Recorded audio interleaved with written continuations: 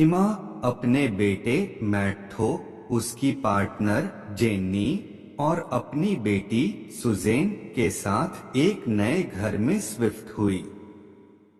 इस घर को जिस आदमी से खरीदा था वो इसे बेचकर भागने की जल्दी में था, इसलिए ये घर उन्हें सस्ते दामों में मिल गया।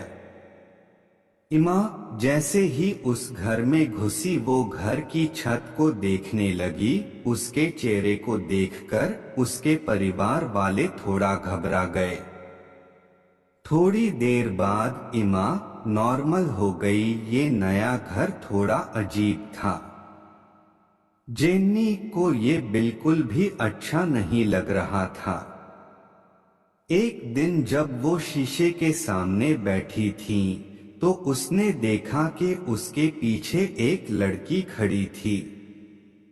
उसके बाल बहुत बुरी तरह से बिखरे हुए थे और भयानक नजरों से जेन्नी की तरफ देख रही थी।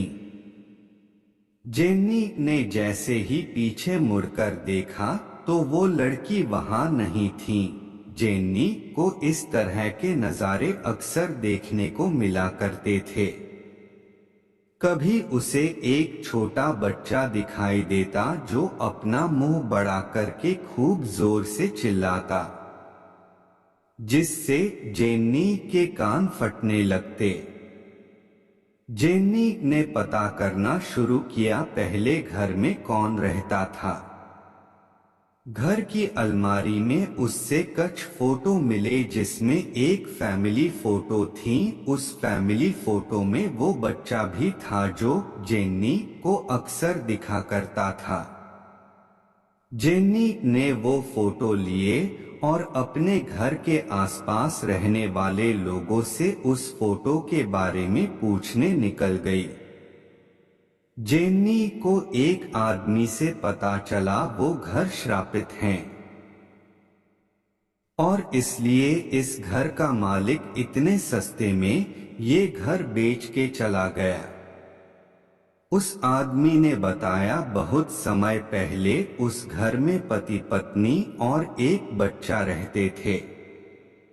पत्नी का अफेयर किसी दूसरे आदमी के साथ चल रहा था और ये बात उसके पति को पता लग गई।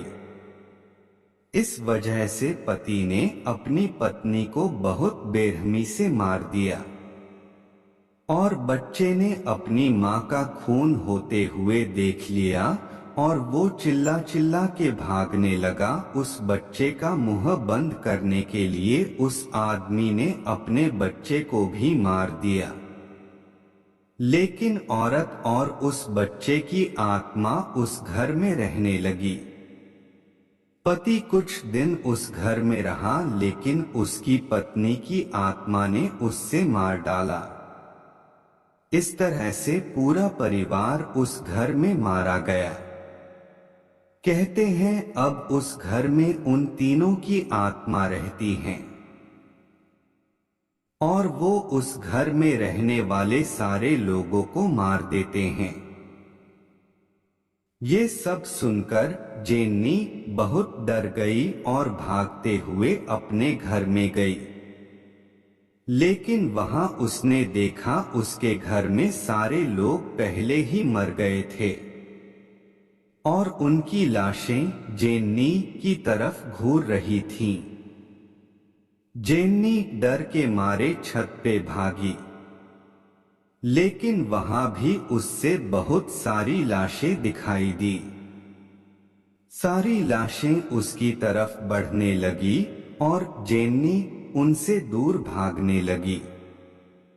जल्दबाजी में जेन्नी का पैर फिसल गया और वो नीचे रोड पे आ गिरी। एक स्पीड में आती हुई कार ने उससे टक्कर मार दी और मौके पर ही उसकी मौत हो गई।